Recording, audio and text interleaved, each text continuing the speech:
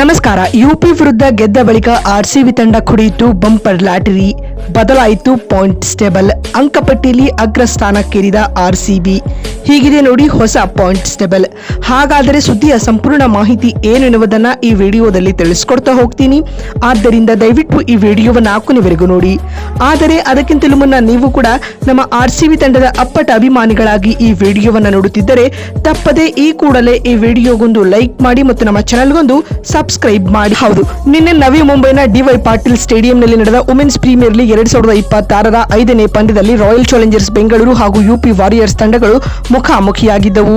League ಸುತ್ತಿನಲ್ಲಿ ಇದು ಉಭಯ ತಂಡಗಳಿಗೂ 2ನೇ ಮ್ಯಾಚ್ ಆಗಿತ್ತು. ಈ ಪಂದ್ಯದಲ್ಲಿ ನಮ್ಮ ರಾಯಲ್ ಚಾಲೆಂಜರ್ಸ್ ಬೆಂಗಳೂರು ತಂಡವು 9 ವಿಕೆಟ್ಗಳ ಏಕಪಕ್ಷೀಯ ಗೆಲುವು ದಾಖಲಿಸುವ ಮೂಲಕ ಟೂರ್ನಿಯಲ್ಲಿ 2ನೇ ಗೆಲುವು ದಾಖಲಿಸಿ ಇದೀಗ 4 ಅಂಕಗಳೊಂದಿಗೆ ಅಂಕಪಟ್ಟಿಯಲ್ಲಿ ಅಗ್ರಸ್ಥಾನಕ್ಕೇರಿದರೆ ಅತ್ತ ಯುಪಿ ವಾರಿಯರ್ಸ್ ಟೂರ್ನಿಯಲ್ಲಿ ಸತತ 2ನೇ ಸೋಲಿಗೆ ಮುಖಭಂಗವನ್ನ ಎದುರಿಸಿದೆ. ಸ್ನೇಹಿತರೆ, ಈ ಪಂದ್ಯದಲ್ಲಿ ಟಾಸ್ ಸೋತು ಮೊದಲು ಬ್ಯಾಟಿಂಗ್ ಮಾಡಿದ ಯುಪಿ ವಾರಿಯರ್ಸ್ ತಂಡಕ್ಕೆ ಆರ್ಸಿಬಿಯ ಬೌಲರ್ಗಳು ಶಾಕ್ ನೀಡಿದರು.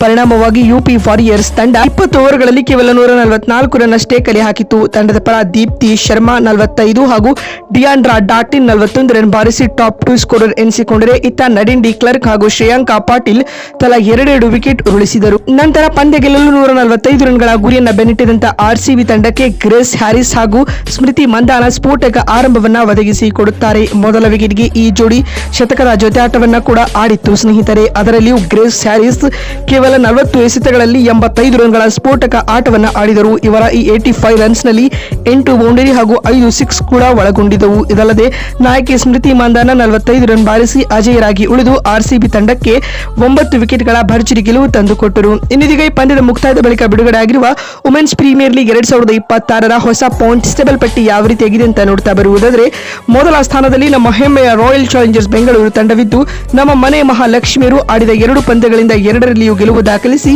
ಪ್ಲಸ್ ಉತ್ತಮ ನೆಟ್ ರನ್ನೊಂದಿಗೆ 4 ಅಂಕಗಳನ್ನು ಸಂಪಾದಿಸಿಕೊಂಡು ಅಂಕಪಟ್ಟಿಯಲ್ಲಿ ಮೊದಲ ಸ್ಥಾನದಲ್ಲಿದೆ.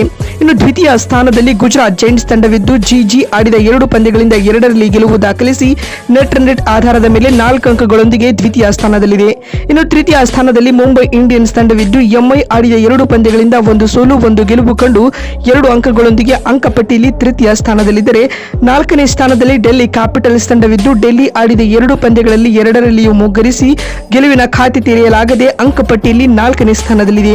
ಇನ್ನು 5ನೇ ಮತ್ತು ಕೊನೆಯ ಸ್ಥಾನದಲ್ಲಿ ಯುಪಿ ವಾರಿಯರ್ಸ್ ತಂಡವಿದ್ದು, ಯುಪಿ ಕೂಡ ಆಡಿದ 2 ಪಂದ್ಯಗಳಲ್ಲಿ 2ರಲ್ಲಿ ಸೋತು ಅತ್ಯಂತ ಕಳಪೆ ನೆಟ್ ಹೊಂದುವ ಮೂಲಕ ಅಂಕಪಟ್ಟಿಯಲ್ಲಿ 5ನೇ ಮತ್ತು ಬಾಟಮ್ ಆಫ್ ಟೇಬಲ್ ನಲ್ಲಿ ಕುಳಿತುಕೊಂಡಿದೆ. ಸ್ನೇಹಿತರೆ, ನೋಡಿದ್ರಲ್ಲ, ಯುಪಿ ವಿರುದ್ಧ ಆರ್ಸಿಬಿ ಗೆದ್ದ ಬಳಿಕ ಬಿಡುಗಡೆಯಾಗಿರುವ WPL ನ ಹೊಸ ಪಾಯಿಂಟ್ಸ್ ಟೇಬಲ್ ಯಾವ ರೀತಿಯಾಗಿತ್ತು ಅಂತ ತಿಳಿಸಿಕೊಡುವ ನಮ್ಮ ಈ ಪ್ರಯತ್ನ ನಿಮಗೆ ಇಷ್ಟವಾಗಿದ್ದಲ್ಲಿ ಈ ಕೂಡಲೇ ಈ ವಿಡಿಯೋಗೊಂದು ಲೈಕ್ ಮಾಡಿ. ಮತ್ತೊಂದು ವಿಡಿಯೋದಲ್ಲಿ ಸಿಗ್ತೀನಿ. ನಮಸ್ಕಾರ.